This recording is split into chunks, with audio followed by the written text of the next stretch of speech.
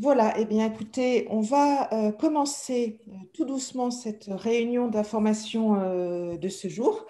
Nous sommes toujours très contents de vous retrouver. Donc aujourd'hui, le thème est un thème autour de la spécialité mathématique. C'est un thème que nous avons déjà abordé dans des salons, l'étudiant Le Monde par exemple. Est-ce que Axel peut couper son micro? Parce que voilà, pardon, c'est un thème que nous avons peut-être déjà abordé enfin pas peut-être, excusez-moi, que nous avons abordé dans d'autres salons, néanmoins, souvent de manière plus rapide qu'ici, et donc, et parfois également sans avoir la possibilité de répondre à des questions. Donc, si vous avez déjà assisté à cette réunion d'information, sachez que nous allons prendre plus de temps pour entrer davantage dans des détails et surtout avoir l'occasion de répondre à vos questions. À ce sujet, donc, sur les questions, on va vous demander, pour le confort de tout le monde, de couper votre micro en arrivant. Ce que je suis en train de faire, c'est un peu la raison du fait que je bafouille en ce moment, mais ça va s'arrêter une fois que tout le monde va être bien installé. Hop. Et on fera des pauses pour vous permettre de poser vos questions. À un certain moment, vous allez voir que la présentation va s'y prêter. Et les replays, pour répondre à la question d'Emma, qui elle pose une question déjà par chat, vous aurez toutes les informations pour retrouver nos replays, bien évidemment, sur Facebook. Et vous verrez notre chaîne YouTube, l'ensemble du programme, et vous aurez les informations sur notre site et sur Facebook. Voilà, donc tout un programme de conférences autour des spécialités dont vous voyez pardon, si je vous coupe le micro, Yannick, hein, c'est parce que je me suis trompée sur le menu. Vous le Pas de réactiverez. souci. Donc, toutes les spécialités mathématiques, histoire, géophysique, chimie vont être programmées là sur votre chambre. En janvier, une fois qu'après les vacances, on s'attachera davantage aux épreuves du bac avec le grand oral et également une conférence sur la philosophie, puisqu'aujourd'hui, l'épreuve de philosophie est proposée à l'ensemble des étudiants, ce qui n'était pas le cas sur la version du bac précédent. Donc, du direct et du replay. Et donc, forcément, sachez-le, pour pouvoir avoir accès au replay, vous êtes enregistré, enfin, nous sommes enregistrés et j'ai lancé l'enregistrement.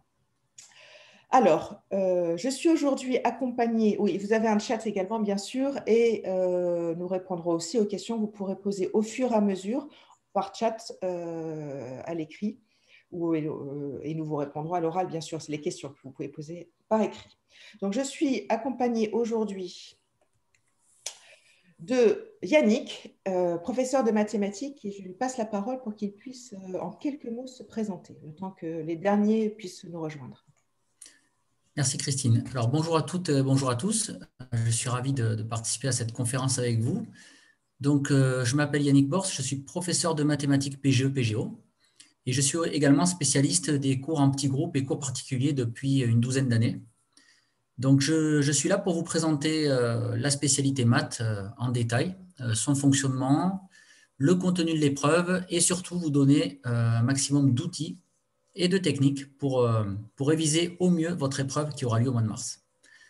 Donc, je pourrai répondre à vos questions un petit peu plus tard dans la conférence avec grand plaisir.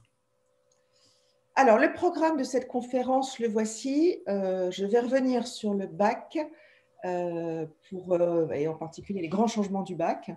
On va faire une petite introduction sur les spécialités et peut-être leur lien avec les études supérieures. C'est une question qu'on entend souvent. Et on fera ensuite un focus sur la spécialité mathématique et Yannick prendra du coup la parole. Je finirai cette réunion d'information en élargissant le côté méthode, conseil à d'autres sujets peut-être que uniquement la didactique appliquée à la mathématique. Et puis, bien sûr, en deux mots, nous finirons par vous parler de l'accompagnement que PGE peut vous proposer. Mais ce n'est pas le cœur de la présentation. Pardon. Deux mots, tiens, Robin vient nous rejoindre. Bonjour Robin. Deux mots néanmoins sur PGE. Donc PGE, qui sommes-nous?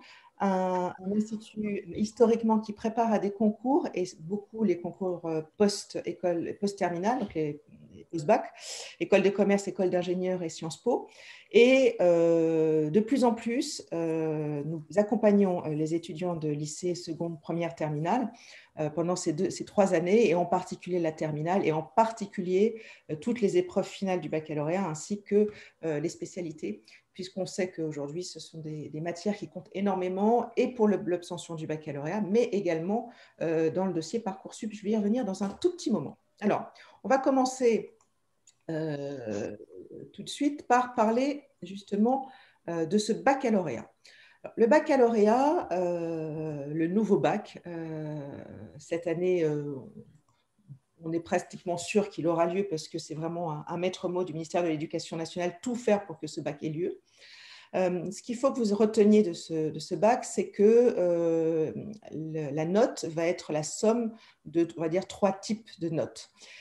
Pour 60% de la note finale, cela correspondra à ce qu'on appelle un contrôle final, finalement, ce qui représentait le bac historiquement, les épreuves. Une seule épreuve qui va donner lieu à une note qui comptera avec un certain coefficient pour votre bac.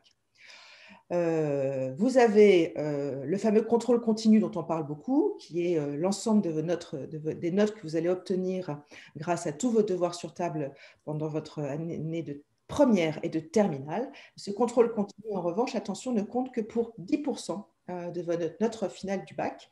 Et du coup, arrive, et c'est une nouveauté, entre ces 2 types de notes dont on a tous l'habitude, ce qu'on appelle les épreuves communes de première et de terminale. Ces épreuves communes ont pour particularité d'être vraiment à l'intersection des deux, puisqu'il s'agit d'épreuves officielles.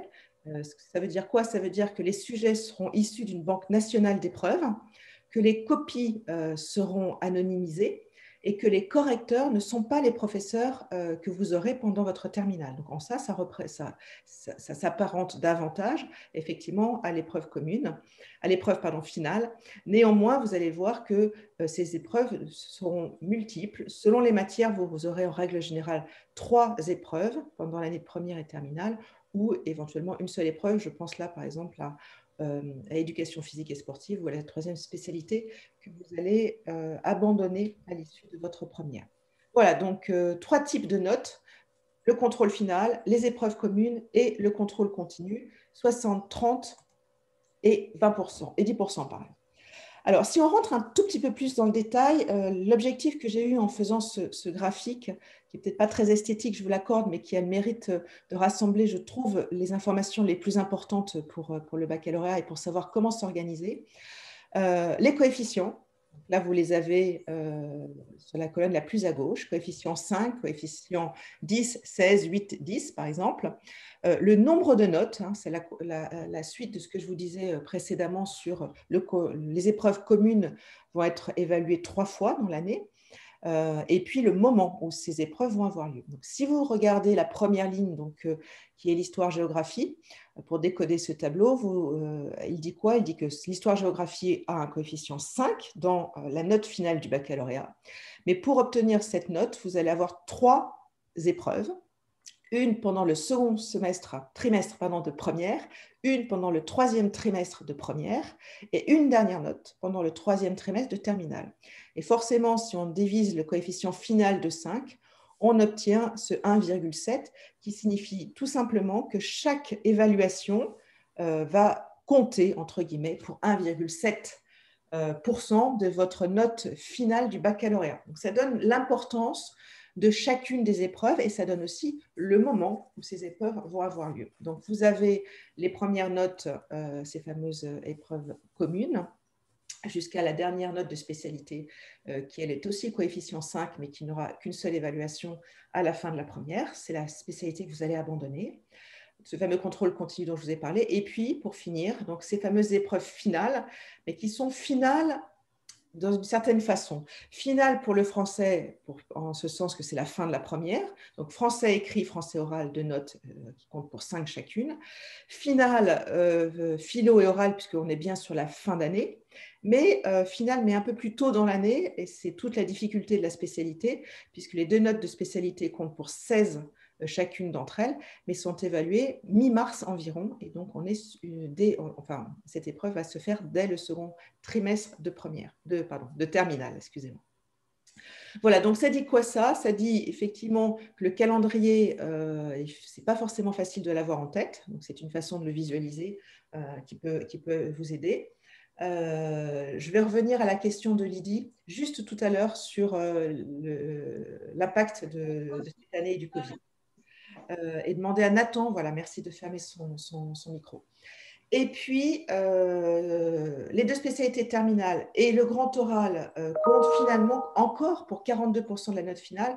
Pourquoi j'ai associé le grand oral aux spécialités? Tout simplement parce que, je pense que vous le savez déjà, l'oral va porter sur une problématique, une question d'une ou des deux spécialités terminales. Donc, d'une certaine façon, on reste sur la matière de la spécialité. Et donc, vous voyez que les spécialités, à la fin, ont un poids très important.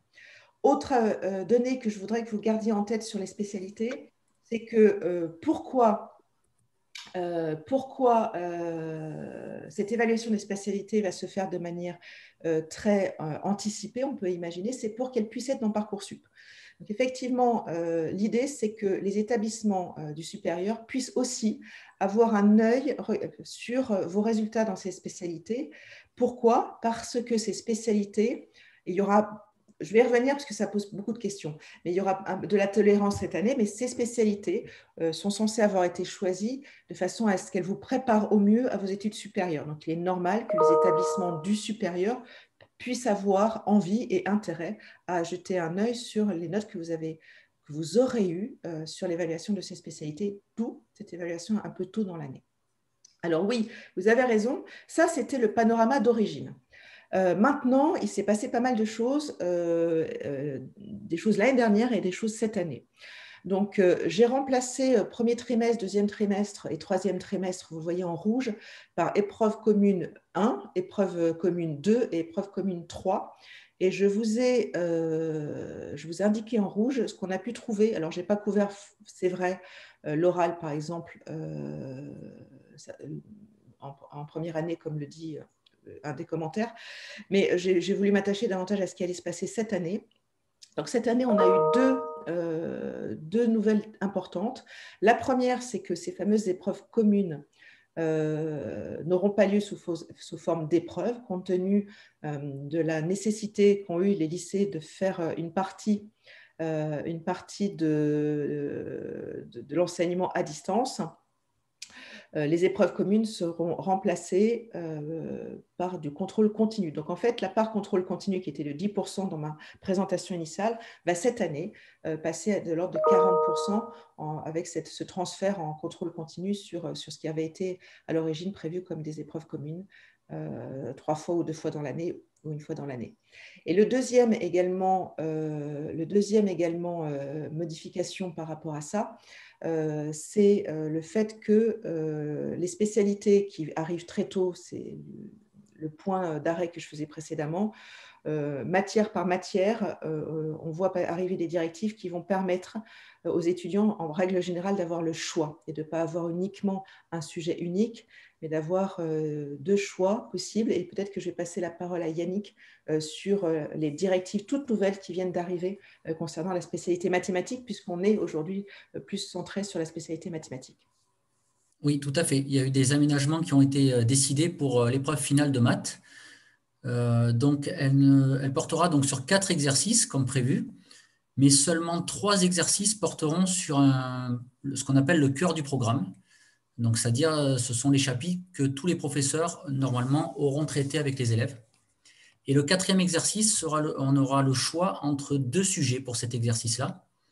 L'objectif, bien sûr, c'est de permettre au maximum d'élèves de pouvoir se retrouver à l'aise lorsqu'il sera devant l'épreuve et ne pas être sanctionné par le manque de temps ou l'absence de visibilité au niveau des chapitres dû à la situation sanitaire qu'on connaît tous.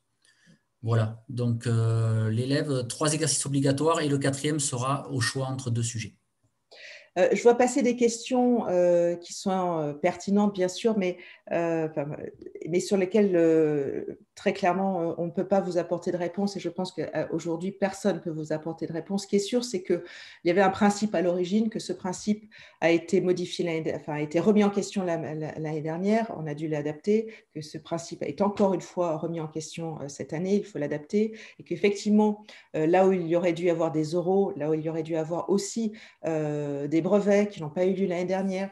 Bref, c'est vrai que la génération des étudiants cette année est très, très, très fortement pénalisée par en fait, la concomitance entre une réforme et dans un contexte sanitaire qui n'a pas permis de se préparer de la meilleure des façons possibles. Et c'est vrai que ça rajoute double difficulté et beaucoup, beaucoup, beaucoup d'angoisse chez tout le monde. Hein.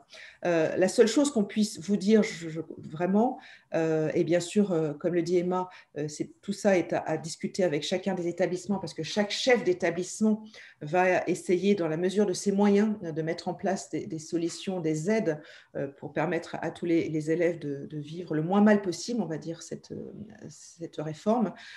C'est que ce qu'on ressent et ce qui illustre très bien cette possibilité de choisir dans les épreuves, c'est qu'il y a vraiment un souci de bienveillance, de tolérance, en tout cas de faire en sorte que si les étudiants n'ont pas pu être préparés comme ils auraient dû l'être normalement, les jurys, les jurés, les correcteurs en tiennent compte dans leur façon dont ils vont évaluer les prestations des étudiants. Et je parle aussi du grand oral à la fin de l'année prochaine, hein, bien sûr. Voilà, donc on ne peut pas vous en dire beaucoup plus. La seule chose qu'on puisse faire, c'est au fur et à mesure des nouvelles qui sont officialisées, comme Yannick vient de le faire, parce que je pense que cette nouvelle sur la spécialité, elle est toute récente. Oui, tout à fait. Et voilà, partager cette information avec vous. Est-ce que sur cette épreuve du baccalauréat et sur ces informations que je viens de partager, certains d'entre vous ont des questions complémentaires ou est-ce qu'on rentre directement dans les spécialités et dans les conseils qu'on peut vous donner sur la spécialité des mathématiques?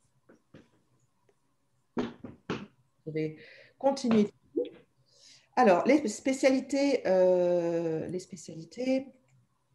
donc, petit panorama déjà sur les spécialités à titre un peu informatif et pour rentrer petit à petit dans la matière. Donc, vous voyez là l'ensemble des spécialités. Ce qui est intéressant, c'est de voir la répartition du nombre d'étudiants qui, l'année dernière, en première, avaient choisi telle ou telle spécialité. Donc, vous voyez une énorme majorité sur des mathématiques, raison pour laquelle on fait aujourd'hui cette conférence sur les mathématiques.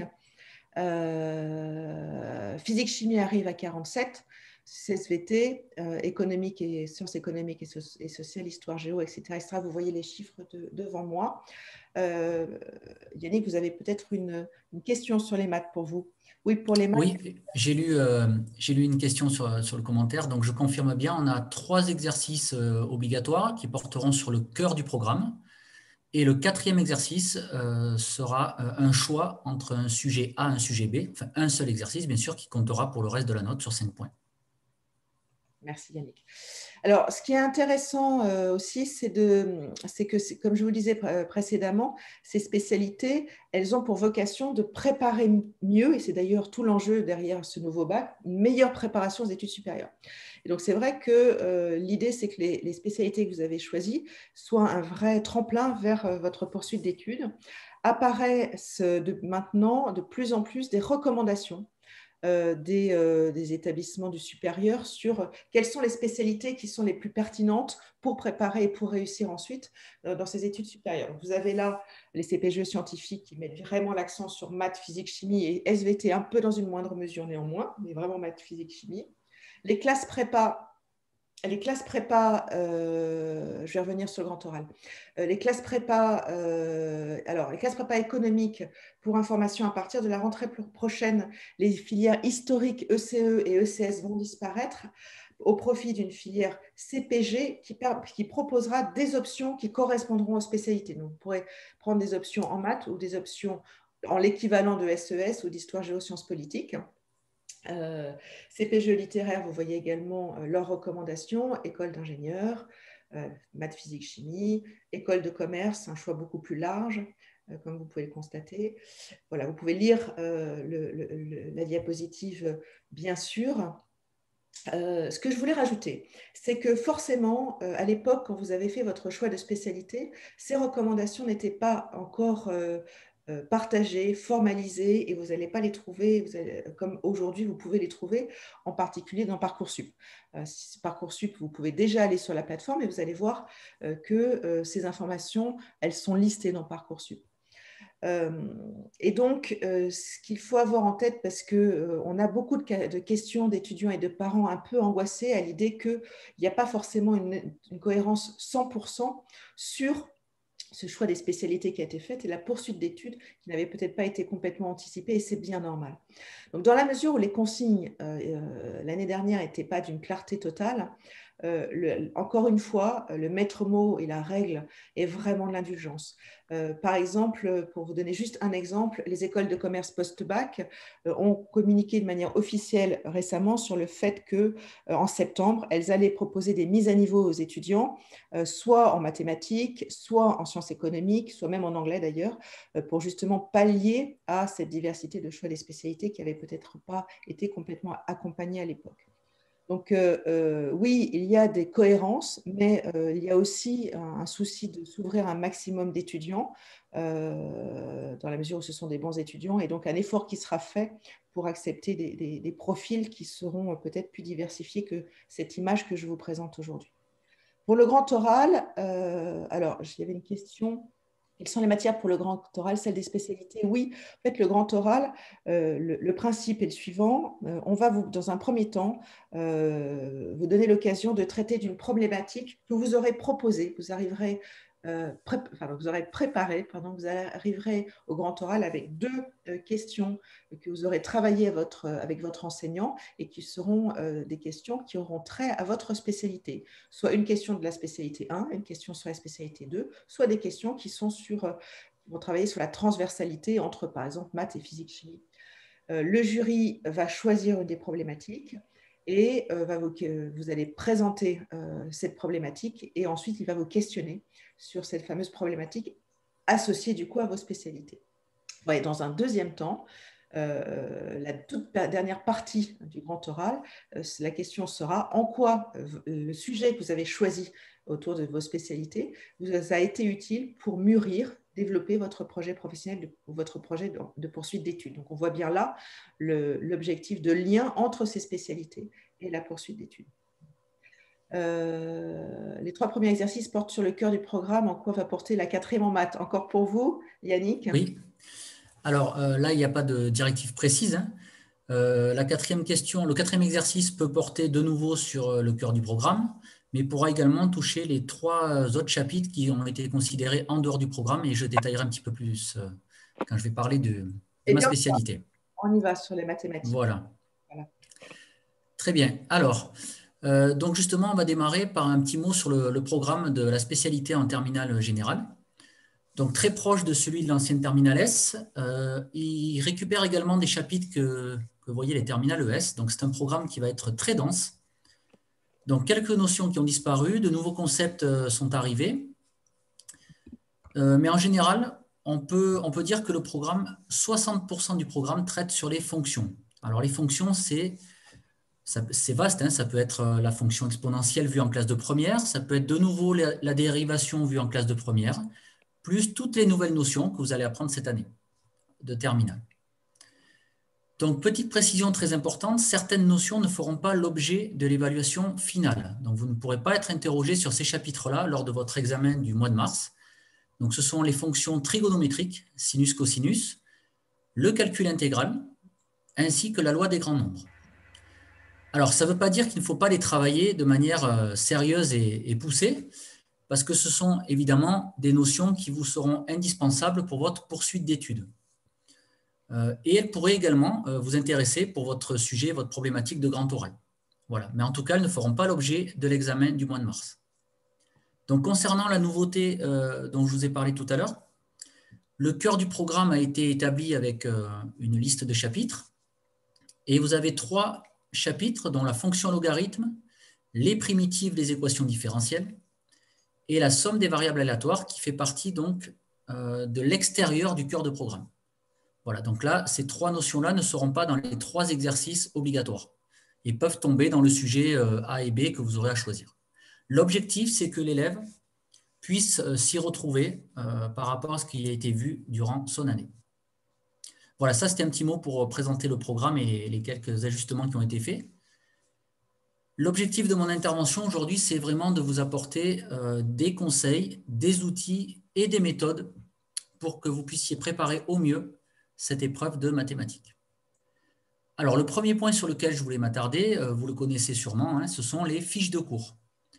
Donc, on vous a souvent dit, peut-être pas toujours appris à faire des fiches de cours, mais ce sont des outils qui sont très importants pour pouvoir s'organiser et gagner du temps sur ces révisions.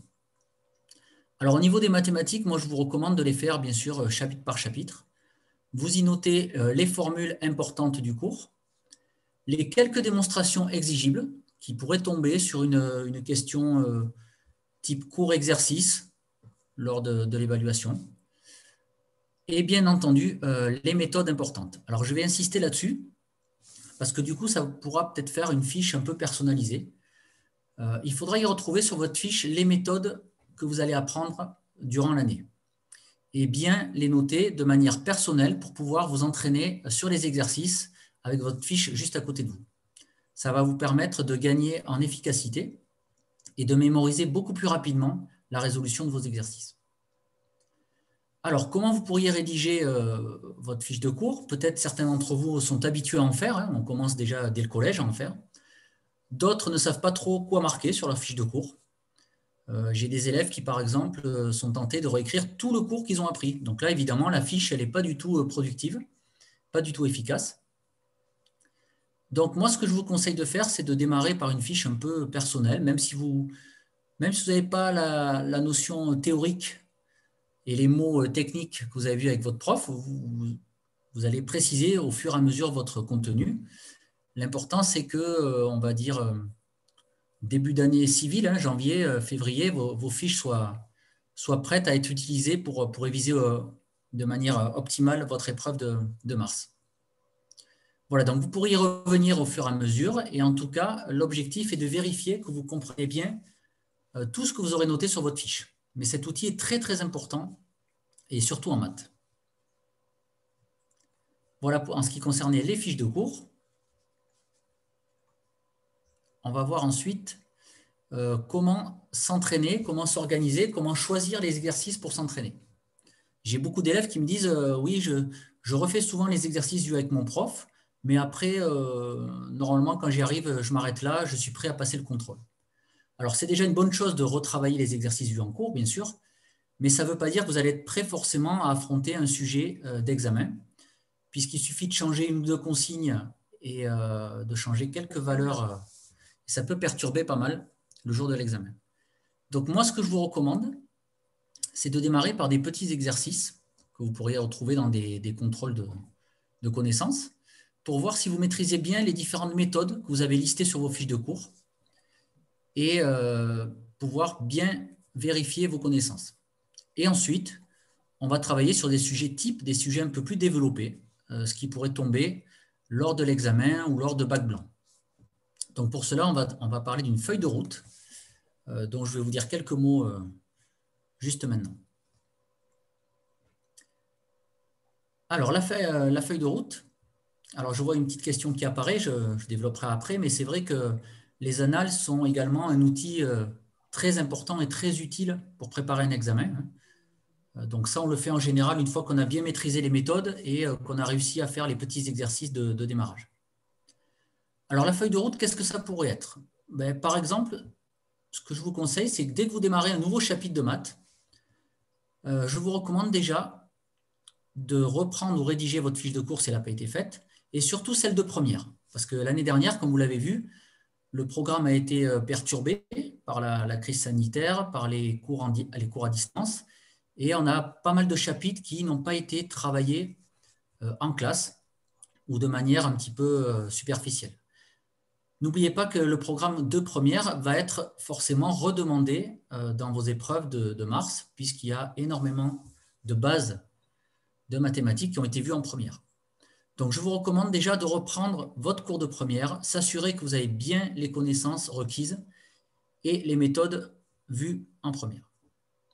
Donc, vous pourriez tester par exemple ces connaissances à travers des tests ou des petits quiz en ligne. C'est rapide, ludique et très efficace pour voir si on a bien tous les outils en main. Donc environ 1 heure déjà de travail sur cette révision. Et ensuite, on passe au chapitre de terminale. Alors l'important pour réussir vos révisions et pour être bien organisé, bien efficace, c'est d'être régulier. Voilà. En maths, la régularité, c'est vraiment le secret de la réussite. Donc on peut travailler quotidiennement, ça c'est l'idéal. Hein. Moi, je vous recommande d'en faire un petit peu tous les jours, environ 1 heure, même si vous n'avez pas même si vous n'avez pas l'impression d'avoir beaucoup de travail en maths à faire, consacrez toujours 1 heure pour faire le point sur ce qui a été fait en première, pour réviser peut-être des outils mathématiques dont vous ne maîtrisez pas tout, forcément. Et ensuite, ce qui est important, c'est d'organiser des plages de travail. Donc, quand vous voulez préparer un devoir sur table ou un bac blanc, par exemple, il faudra organiser des plages de travail plus longues, évidemment, que le travail quotidien. Mais je répète, vraiment, l'entraînement en maths, c'est vraiment l'essentiel et c'est la clé pour réussir vos examens de manière certaine. Donc, l'entraînement, ça se fait bien sûr sur des annales, par exemple, pour préparer un bac blanc. Ça se fait sur les exercices que vous avez refaits en classe, sur des exercices que vous allez trouver dans votre bouquin. Mais en tout cas, pour s'entraîner, il faut déjà maîtriser les méthodes de résolution.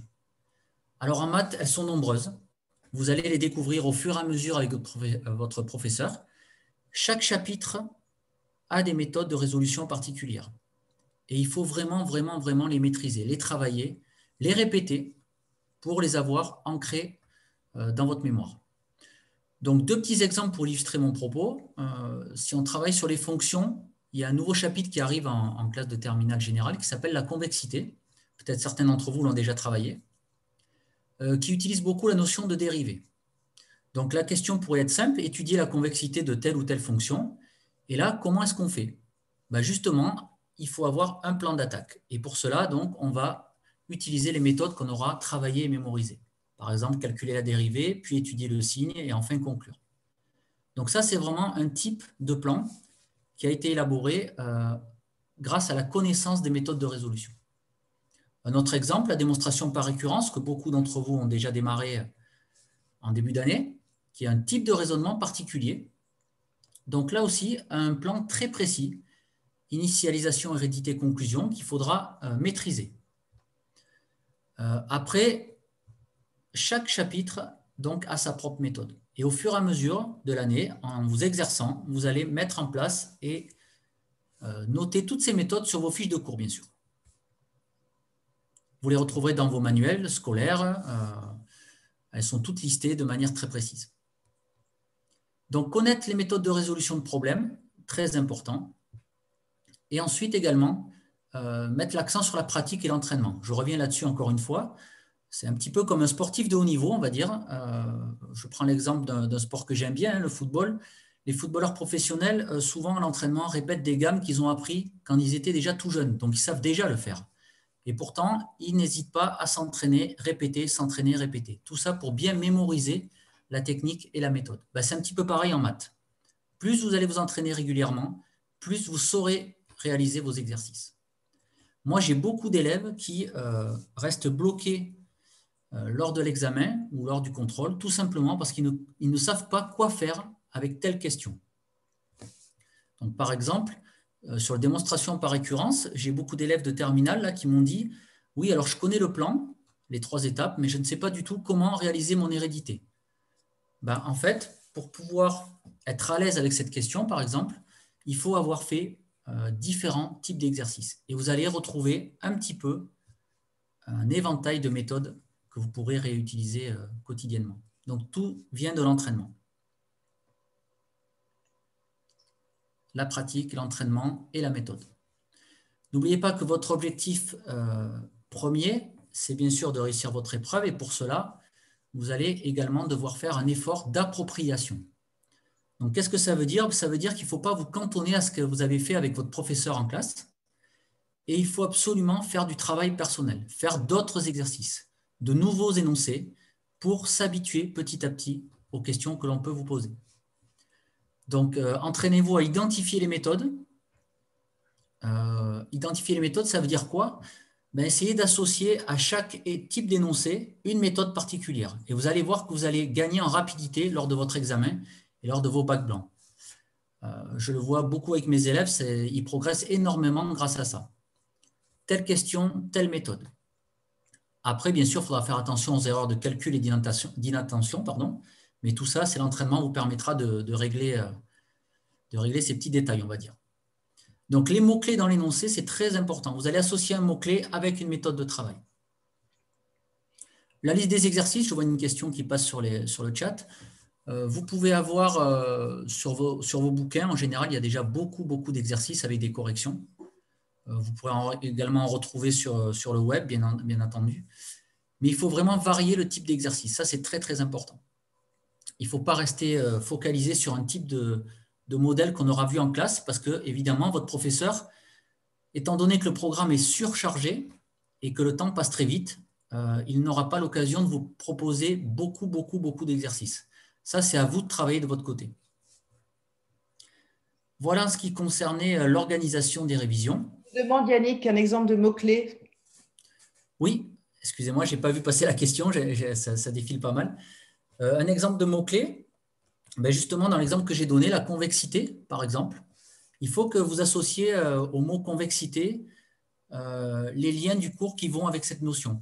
Donc, par exemple, la dérivée seconde, le signe de cette dérivée, et suivant le signe, est-ce que la fonction est convexe ou concave? Un autre exemple, souvent vous allez avoir une question qui porte sur un énoncé qui est quasiment toujours le même d'ailleurs, montrer qu'une telle équation admet une unique solution. Voilà, c'est un énoncé que vous allez retrouver dans beaucoup de sujets de bac. Mais en fait, tout ça, ça fait référence à une notion précise du programme qui s'appelle le théorème des valeurs intermédiaires. Donc, vous pourriez associer cet énoncé au TVI, le théorème des valeurs intermédiaires. On va essayer de jongler, on va essayer d'associer les mots-clés avec les méthodes tout au long de l'année. Voilà, alors je voulais terminer cette intervention par une petite notion qui fait peur sûrement à beaucoup d'entre vous, qui est la programmation. Alors, on a commencé à le voir en classe de seconde en général, mais là, en terminale et en première, on va parler d'un langage qui impressionne un petit peu, c'est le langage Python. Donc, le langage Python, c'est un langage informatique qui va permettre de faire fonctionner, de créer, d'établir des programmes de calcul. Et évidemment, en mathématiques, vous allez retrouver du langage Python dans les exercices. Donc, normalement, vous avez commencé à le faire en classe de première. Et bien entendu, ce n'est pas interdit et je pense qu'il y a de fortes chances que ça tombe d'avoir une question Python le jour de votre examen de spécialité. Donc, pour cela, je vous recommande d'en faire régulièrement. Vous pouvez bien sûr refaire ce que vous avez fait en classe, mais n'hésitez pas à aller fouiner un petit peu sur Internet. Il y a de très bons tutos vidéo qui ont été faits pour chaque calculatrice. Donc, vous pouvez vous exercer de manière régulière sans problème. Vous avez également sur Internet une console qui a été conçue exprès pour utiliser Python, c'est-à-dire c'est une plateforme, un site web sur lequel vous pouvez créer du programme et le faire fonctionner en même temps. C'est très ludique, très facile d'utilisation, mais par contre, moi, je vous recommande de vous entraîner en parallèle sur votre calculatrice, parce que le jour de l'examen, si vous avez un programme à faire fonctionner, ça sera à l'aide de votre calculatrice. Donc, peut-être que vous n'avez pas tous la même calculatrice, donc il faut déjà être au point sur les fonctionnalités. Voilà, mais ne prenez pas Python comme quelque chose d'insurmontable. Hein. C'est juste un langage à apprivoiser et quelques exercices types à réaliser de manière, une fois encore, de manière quotidienne. Voilà, j'ai fait le tour au niveau de la méthode et l'organisation. Donc, maintenant, si vous avez des questions concernant la spécialité maths, je vous écoute. Ou concernant ce que j'ai dit sur l'organisation. On a une question sur Python et la formation ingénieur. Je ne sais pas si vous avez la réponse. Alors, je relis un petit peu la question. Alors, en formation ingénieur, donc là, je n'ai pas la réponse officielle là-dessus. Je ne sais pas si j'utilise de nouveau Python, mais ce que je sais, c'est que mes élèves qui ont la spécialité également NSI, qui démarrent en classe de première et qui s'étalent sur la terminale, utilisent que Python. Et donc, la programmation et le développement informatique, je pense, du moins sur les premières années, que ça sera avec Python. Et on vous demande le nom de la plateforme. Alors, sur Python, sur le web, c'est reply.it de mémoire. Sinon, vous tapez Python en ligne et vous allez reply.it.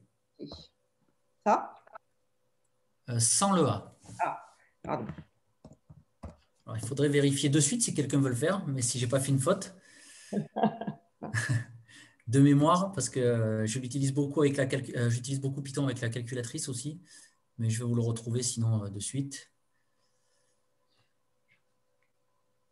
Ah, merci. Oui, j'avais un doute sur le Y. Merci, merci Adam.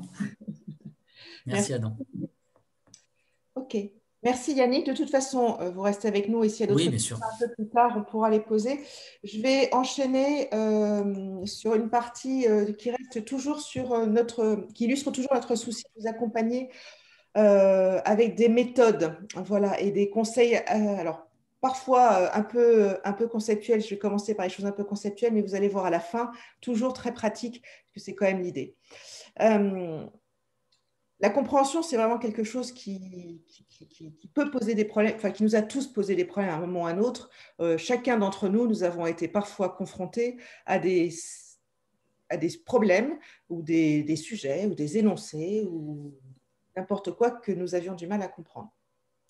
Il y a quelque chose que une première idée par laquelle je tenais absolument à commencer cette courte intervention que je vais faire ensuite, c'est que notre cerveau est plastique toute la vie. Et qu'en fait, derrière ça veut dire quoi? Ça veut dire que, et je vais être très caricatural, mais l'idée, c'est comprendre le principe qu'il y a derrière.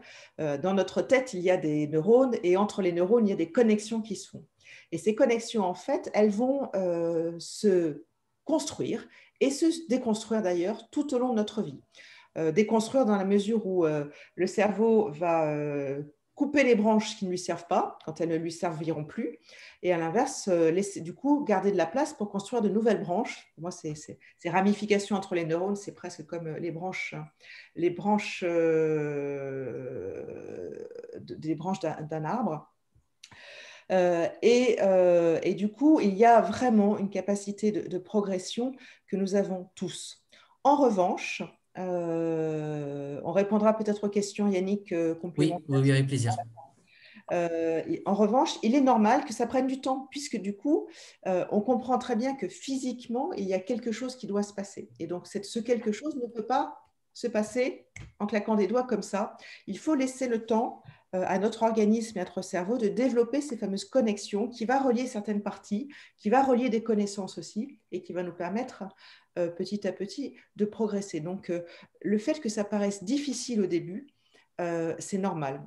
Je prends souvent l'exemple de quand on fait un parcours dans la forêt, quand on rentre dans une forêt la première fois, souvent on a du mal à s'y retrouver. Il faut se frayer un passage, pousser les ronces, les fougères, etc. La deuxième fois, c'est plus simple. Et la troisième fois, la quatrième fois ou la cinquième fois, ça va devenir évident et on va essayer, en fait, finalement, suivre un boulevard. Vraiment, c'est un peu la même chose qui va se passer avec ce sujet de la compréhension sur des sujets qui peuvent nous paraître compliqués dans un premier temps. La deuxième chose, c'est qu'en plus, un truc formidable, c'est que le cerveau n'aime pas ne pas comprendre. Il n'est pas fait pour ça, en fait. Il est fait pour comprendre. Et du coup, il y a quelque chose qu'on a peut-être tous expérimenté, mais sans le mettre en mots. C'est que parfois, quand on est bloqué sur une situation, que ce soit un niveau au Sudoku ou au échec ou je ne sais pas quoi, on laisse le sujet. Et puis, quand on va y revenir quelques temps après, on va se rendre compte que finalement, les choses se sont faites un peu sans que nous en ayons conscience et que la compréhension est arrivée. Je suis sûre que nous avons tous été confrontés à ce genre de choses. Et ça s'explique par l'introduction que je vous faisais tout à l'heure, c'est que pendant ce laps de temps, les choses se sont passées et le cerveau a construit les connexions, rempli les trous et finalement vous a permis de comprendre quelque chose que vous n'étiez pas capable de comprendre précédemment. Les études que les neuroscientifiques font montrent que pendant la nuit, en fait, le cerveau va repasser en mode accéléré tout ce qui s'est passé pendant la journée. Et du coup, grâce à cette vision en mode accéléré, va pouvoir, comme je vous disais tout à l'heure, compléter potentiellement les données qui lui avaient manqué et arriver à cette compréhension. Et vous avez tous eu aussi ce sentiment un peu étonnant que le matin, au réveil, vous avez des choses qui se sont passées pendant la nuit et c'est vraiment une vraie réalité. Alors tout ça était pour vous expliquer que derrière les petits conseils que je vais vous donner, il y a des raisons totalement scientifiques et observées d'ailleurs maintenant avec les images du cerveau, on a appris pas mal de choses. La première pour revenir sur la compréhension, je voulais partager avec vous 3 idées clés. La première, et Yannick l'a abordée à sa façon, c'est utiliser vos erreurs pour comprendre. Le cerveau apprend en corrigeant ses erreurs. En fait, comment ça se passe? Le cerveau, par rapport à une problématique, va imaginer des solutions, projeter des solutions, et c'est par rapport au résultat qui sera faux ou juste, qu'il va être un peu comme quand on apprend le tir à l'arc. Vous savez, la première flèche, si elle est trop en altitude, on va naturellement régler et redescendre un peu le tir pour arriver plus proche de la cible. C'est un peu comme ça que fonctionne le cerveau. Et c'est en cela aussi que refaire des exercices, comme le disait Yannick, qui sont des énoncés, mais presque avec des modifications de quelques mots par rapport à l'énoncé d'origine, est très important parce que cette modification de l'énoncé, souvent, va vous conduire à l'erreur, là où vous pensiez être en maîtrise en fait de ce point de cours. Et c'est grâce à cette erreur que vous allez comprendre la petite mauvaise interprétation que vous aviez faite peut-être, et ça va vous permettre de corriger, d'arriver avec un niveau de compréhension supplémentaire. Donc vraiment, multiplier les exercices autour d'une même thématique, en multipliant les types d'énoncés, souvent va vous amener à faire des petites erreurs, et c'est ces erreurs qui vont vous amener, elles, à progresser. Et puis aussi, elles vont vous permettre de petit à petit de comprendre aussi ce qui est vraiment maîtrisé, de façon à pouvoir, dans vos révisions finales, passer à des choses plus compliquées. Voilà, donc l'erreur en mathématiques, et la pratique est derrière l'erreur en mathématiques est quelque chose d'absolument fondamental. Deuxième idée, c'est utiliser vos amis. Et ça, je dis, c'est souvent une astuce de professeur. En tout cas, moi, c'est quelque chose que je peux utiliser quand, à force d'explications, je ne suis toujours pas arrivée à faire comprendre quelque chose à quelqu'un. Je demande souvent à d'autres étudiants de m'aider à expliquer ce point. Qu'est-ce qui va se passer? Il va se passer que les autres étudiants vont utiliser peut-être un autre vocabulaire, un vocabulaire plus simple. En mathématiques en particulier, la dimension vocabulaire, les mathématiques, c'est vraiment une langue à part entière. On met des choses, je pense que Yannick, je le vois. Oui, ah oui. Ça fonctionne très bien, cette astuce. On met des choses vraiment très particulières derrière un mot, et nous, en tant que professeurs, on sait. Mais l'étudiant parfois peut faire des erreurs d'interprétation, justement parce que le sens donné à un mot n'est pas exactement le même. Demandez à notre étudiant de reformuler avec ses propres mots, et c'est un peu ce qu'on disait tout à l'heure sur la fiche, commencez par l'écrire avec vos mots à vous. Après, revenez aux vraies définitions avec les mots qu'il faut utiliser, parce que le jour de l'examen, on vous demandera d'être rigoureux dans la façon de rédiger vos réponses. Mais dans un premier temps, passer par du vocabulaire courant pour accéder à la compréhension, c'est vraiment quelque chose qui marche de manière incroyablement forte. De la même façon qu'un autre camarade va peut-être illustrer avec des exemples qui sont des exemples issus de son quotidien, ou bien d'autres exercices que vous avez faits. Il aura une autre façon, et ça c'est aussi important, de faire des liens avec des choses connues. La compréhension, c'est toujours une progression à partir d'un socle de choses que vous avez connues. Donc voilà, indépendamment de tout ce que je vous raconte, demandez à vos amis de vous aider, de vous expliquer le cours. Vous allez voir qu'ils vous feront parfois mieux comprendre le cours que certaines fois votre professeur de mathématiques. Pardon Yannick. C'est pas grave, mais c'est vrai, c'est la vérité. C'est la vérité. Troisième idée, et c'est un peu peut-être le mode expert là, que je voulais vous proposer, c'est une fois que vous avez fait les exercices, vous voyez, on revient vraiment sur la pratique avec les exercices. Hein. Le gros piège en mathématiques, c'est de s'arrêter sur la leçon et de ne pas aller au-delà. Et c'est pour ça qu'on disait entraînement, entraînement, entraînement. Une fois que vous avez fait les exercices du cours, une fois que vous avez fait d'autres exercices grâce à des annales que vous avez récupérés, eh bien, la dimension supplémentaire, c'est de gagner encore un peu plus en agilité et d'imaginer des sujets à partir de cette notion de cours. Oui, oui, c'est possible. D'imaginer en histoire géo, par rapport à un thème d'histoire géo, quelles sont toutes les questions que ça peut poser, ou bien à partir d'un concept en mathématiques, d'imaginer toutes les façons de poser des questions autour de ce thème de mathématiques. Et puis aussi, une autre façon, encore une fois, de jouer avec ça, c'est de se dire, par rapport à tel type de problème, quels sont tous les moyens que j'ai à ma disposition pour pouvoir résoudre ce problème. Et là, je fais le lien avec ce que disait Yannick tout à l'heure sur la nécessité d'avoir un problème, des méthodes, et de faire des liens entre un problème et des méthodes, ou bien des méthodes dans l'autre sens, et tous les problèmes qu'elles peuvent servir à régler. J'ai pris un petit exemple tout simple parce que c'est au niveau du collège et ça nous rappelle peut-être à tous quelque chose. C'est vrai que pour mesurer un angle, on peut passer par le fameux cosinus et sinus, mais on avait aussi les règles, la fameuse règle des 180 degrés. Et je pense qu'en réfléchissant un peu, on pourrait rappeler d'autres façons de travailler sur la mesure d'un angle. Voilà, donc tout ça, ça veut dire quoi? Ça veut dire que vous avez le cours, vous avez les exercices, et après, tout l'idée, et c'est le mot appropriation que Yannick a utilisé tout à l'heure, tout ça, c'est jouer dans un sens ou dans l'autre, une procédure pour régler, pour solutionner un problème, des problèmes pour trouver la procédure, de façon à gagner en agilité. Et aussi, le fait d'avoir anticipé les questions, ça, j'ai vu passer une question sur le stress tout à l'heure à laquelle je n'ai pas répondu. Ça a une vertu très importante, c'est que ça va vous permettre d'être plus en confiance, d'avoir davantage compris comment on peut poser des questions de manière un peu différente, d'être moins perturbé par l'énoncé et du coup d'être moins submergé par la vague de stress, le moment de l'épreuve qui peut, et on le sait tous, le stress peut vous faire perdre pas mal de vos capacités de lucidité. Donc c'est en ça que cette pratique des exercices et de l'entraînement un peu sous toutes les formes, en variant les énoncés et les façons d'aborder les choses, va aussi avoir cette valeur énorme de vous faire gagner en confiance, de vous donner de l'agilité par rapport à toute forme d'exercice et de vous permettre d'arriver de manière beaucoup plus, je ne vais pas dire désangoissée complètement, mais en tout cas un peu moins stressée le jour de l'épreuve, parce que c'est aussi quelque chose qui est très important. Je voudrais faire une petite expérience avec vous, si vous avez encore un peu d'attention, et vous poser le problème suivant. Donc, Yannick, vous ne pouvez pas donner la réponse.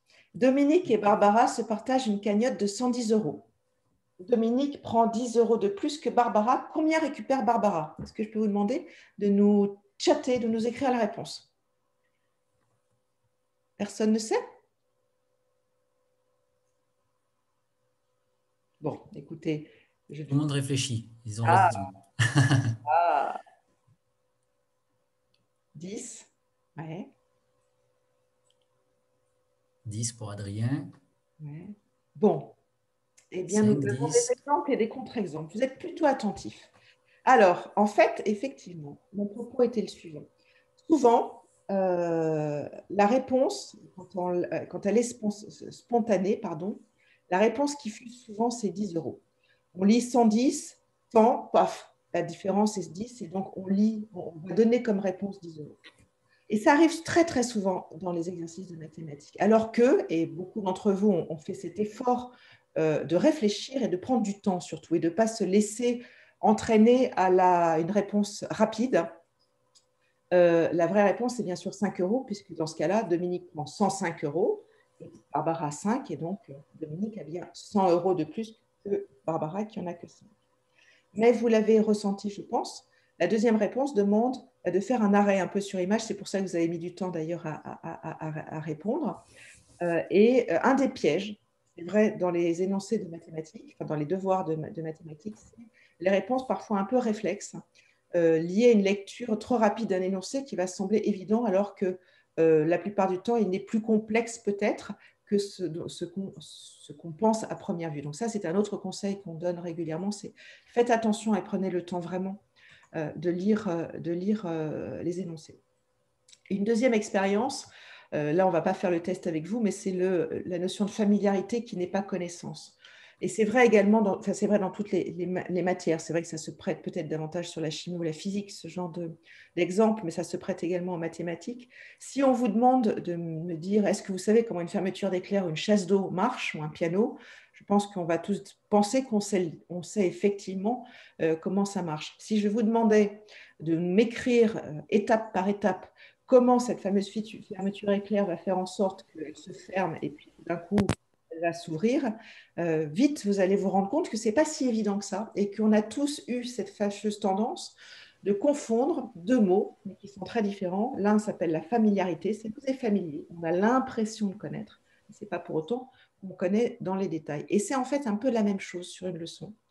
Si on n'a pas fait cet exercice de pratique, d'exercice, et de nombreux exercices en changeant un peu la typologie de ces exercices, on peut facilement avoir l'impression qu'on maîtrise, que tout ça nous est familier, et puis le jour de l'examen ou du concours, se tromper sur une partie de cours en fait qu'on pensait complètement maîtriser. Donc attention aussi à ce piège-là, et encore une fois, la recette est toujours la même, hein, c'est l'entraînement et la pratique.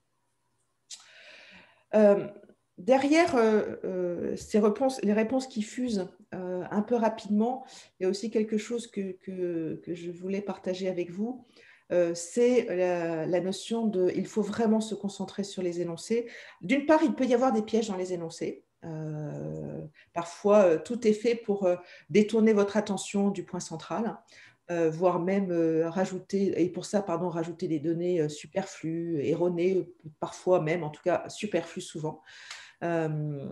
C'est vrai qu'il est essentiel de lire pratiquement mot à mot chacun des énoncés, retrouver les mots-clés dont parlait Yannick, c'est comme ça aussi que vous allez le faire, de façon à vous concentrer sur la question qui est posée, la question centrale, et uniquement sur la question centrale, à défaut de toute autre perturbation. Et si on regardait des énoncés, on pourrait vite identifier sur pas mal des énoncés ce genre d'exemple de données qui ne servent pas forcément au cœur du sujet ou d'interprétations qui peuvent être erronées si on n'est pas très concentré. Donc l'autre des conseils pratico-pratiques, c'est vraiment décortiquer les énoncés et ne vous précipitez jamais sur une réponse sans avoir pris le temps de lire. Tous les ans, des étudiants se rendent compte qu'ils ont commis des erreurs tout simplement parce qu'ils n'ont pas vraiment lu les énoncés. Repérez les pièges, éliminer les données et ne traiter que les données qui sont les plus importantes, enfin les données nécessaires, et traitez-les en revanche de manière la plus rigoureuse possible.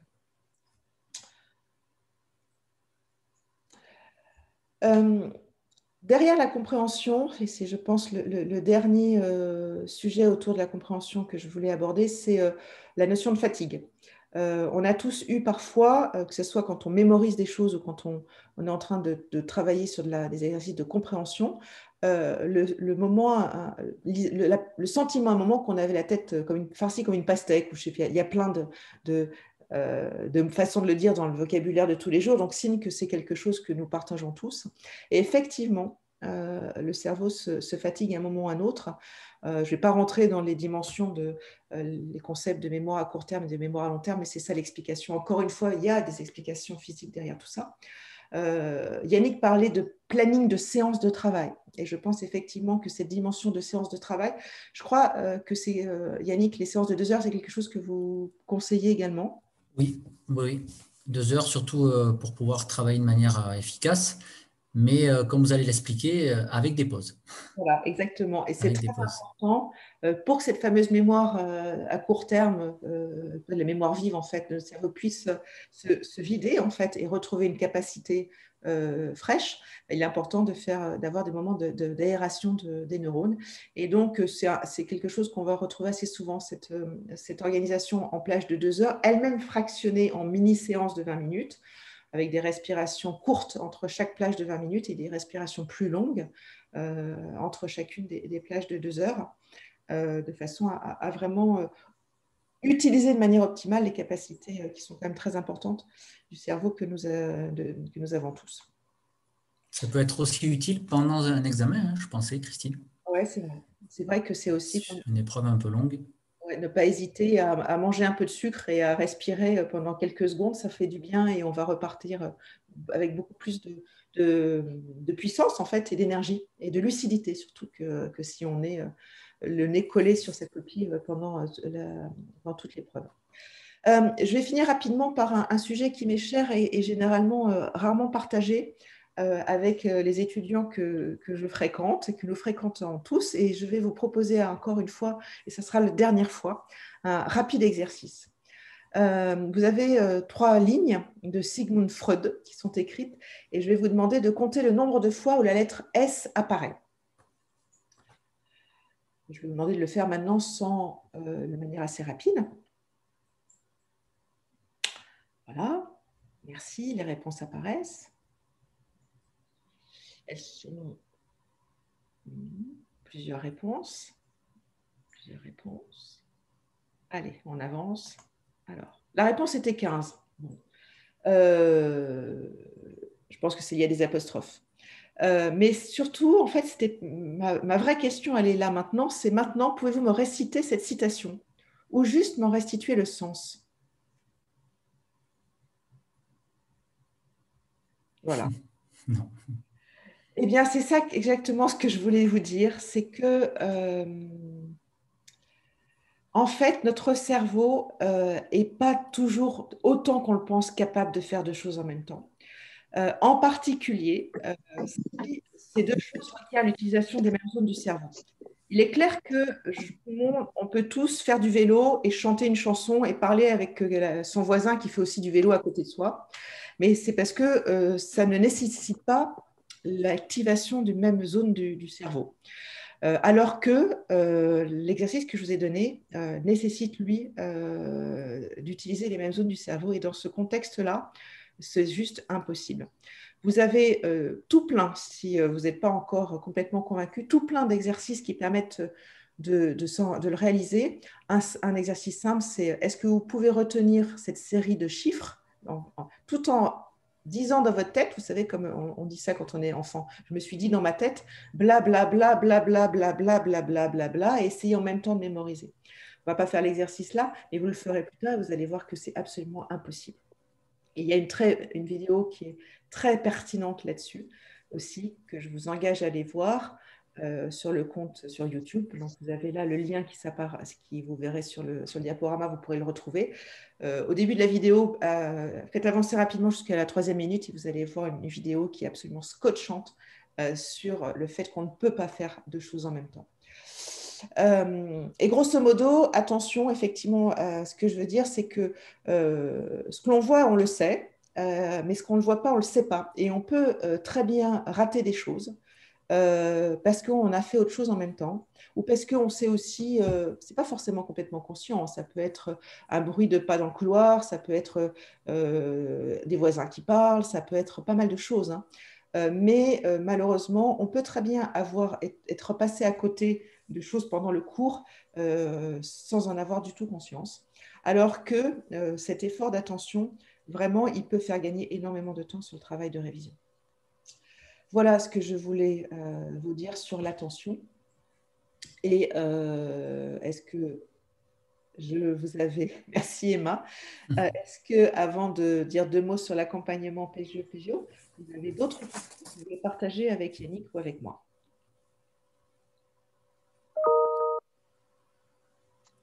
Juste, je crois que tout à l'heure, j'ai vu une question sur comment se former au langage Python. Un petit mot là-dessus rapidement. Ça dépend si on veut rester concentré sur les maths ou si on veut une formation plus large. Mais en tout cas, il faut déjà démarrer par maîtriser tout le langage de base de la programmation Python. Donc, c'est une liste de commandes écrites en anglais qui ont chacune un rôle. Donc, déjà, il faut travailler là-dessus. Et puis après, travailler sur du langage courant, on va dire, et arriver à le transposer avec les mots anglais réservés pour Python. Voilà. Et puis faire des entraînements sur la calculatrice ou alors sur le site qu'on a parlé tout à l'heure. Voilà, merci Yannick. Donc, pour finir, 2 mots sur l'accompagnement PGE-PGO. Je vous l'ai dit en introduction que nous accompagnons les étudiants de seconde, première, terminale. L'idée, c'est d'accompagner les étudiants autour de, j'ai mis 4 axes, en fait, on peut le simplifier en 3 axes. D'abord, la dimension académique, vers l'excellence académique, donc obtenir les meilleures notes. Et vous l'avez compris aussi qu'on s'appuie beaucoup sur des méthodes de travail. On les a abordées sur mathématiques avec Yannick, associées à une spécialité. Vous avez aussi des méthodes sur les matières littéraires de la même façon. Même des méthodes pour améliorer sa rédaction. On pourrait vous en lister. On vous en listera à l'occasion d'autres conférences. Des méthodes un peu plus générales comme celles que j'ai commencé à partager avec vous, mais ça mériterait d'y passer beaucoup plus de temps et vraiment, toutes ces méthodes, c'est vraiment un levier énorme de progression pour les étudiants. Et puis, 2 autres dimensions qui sont l'aisance oratoire, puisque aujourd'hui, le grand oral vous attend à la fin de l'année terminale et donc il est important de préparer de la même façon que quand on a les règles, quand on a les méthodes, il n'y a aucune raison de ne pas performer sur cette épreuve d'aisance oratoire. Et puis, dernier sujet, on vous accompagne également sur l'orientation pour 2 raisons. D'abord parce que dès la seconde, maintenant, il faut commencer à avoir une idée, puisque c'est cette orientation qui va normalement déclencher le choix des spécialités. Et également parce que, à partir du moment où le projet est finalisé, je suis persuadée que ça donne une motivation, enfin, le fait d'avoir un projet, de savoir la raison pour laquelle on travaille pendant le lycée, c'est vraiment une source de motivation supplémentaire. Et derrière toute motivation supplémentaire, il y a forcément le succès qui est là. Voilà, donc ce sont les quatre dimensions de cet accompagnement. Vous aurez toutes les informations que vous pourrez retrouver sur notre site PGE-PGO. De même que vous pouvez retrouver d'autres réunions d'information sur les spécialités, prendre rendez-vous donc soit par une adresse mail qui s'affiche, soit par le numéro de téléphone que vous voyez également à l'écran. Et puis, j'en profite avant de terminer pour regarder les toutes dernières questions que je n'ai pas forcément vu passer. Oui, le diaporama sera accessible sur le chat, je pense, de cette vidéo. À partir de quand le grand oral on va commencer à mettre à disposition du contenu sur un espace à distance à partir de début janvier. L'idée, c'est de vous permettre de travailler à la fois les oratoires, mais également l'argumentation, mais également vous donner beaucoup de conseils à la fois sur le fond et sur la forme. Et puis, la pratique arrivera petit à petit avec des moments d'entraînement, soit en présentiel, soit par Skype, ce qui, là, pour le coup, auront lieu en mai et en juin. Mais en tout cas, on pense que ça vaut la peine de commencer à s'y mettre sur le contenu et sur un peu cette capacité à parler en public et surtout l'argumentation, parce que derrière l'oral, je trouve que la partie la plus compliquée, c'est la capacité qu'on vous demande de répondre à des questions. En situation de stress, c'est pas simple. Donc, d'écouter vraiment les questions et d'être pertinent. Et donc, ça nécessite un peu d'entraînement. Les replays, vous allez les retrouver sur notre Facebook, le Facebook de PGE-PGO. Vous allez pouvoir avoir accès à l'ensemble des replays des vidéos. Je pense que je n'ai pas raté de questions. Yannick, non, je regarde au fur et à mesure aussi, mais je pense que... On a du mal à lire en même temps. Donc, je vous remercie à tous d'avoir passé ce moment avec nous. Et puis, peut-être à bientôt pour parler d'histoire géo, de physique. Donc, la réunion d'information grand oral aura lieu aussi au début janvier. Et puis aussi pour parler de philosophie ou bien pour assister à nos préparations gratuites aussi sur tous les concours post-bac, commerce, ingénieur, Sciences Po et IEP. On vous souhaite à tous une excellente après-midi. Merci Yannick d'avoir été avec nous. Merci, avec plaisir.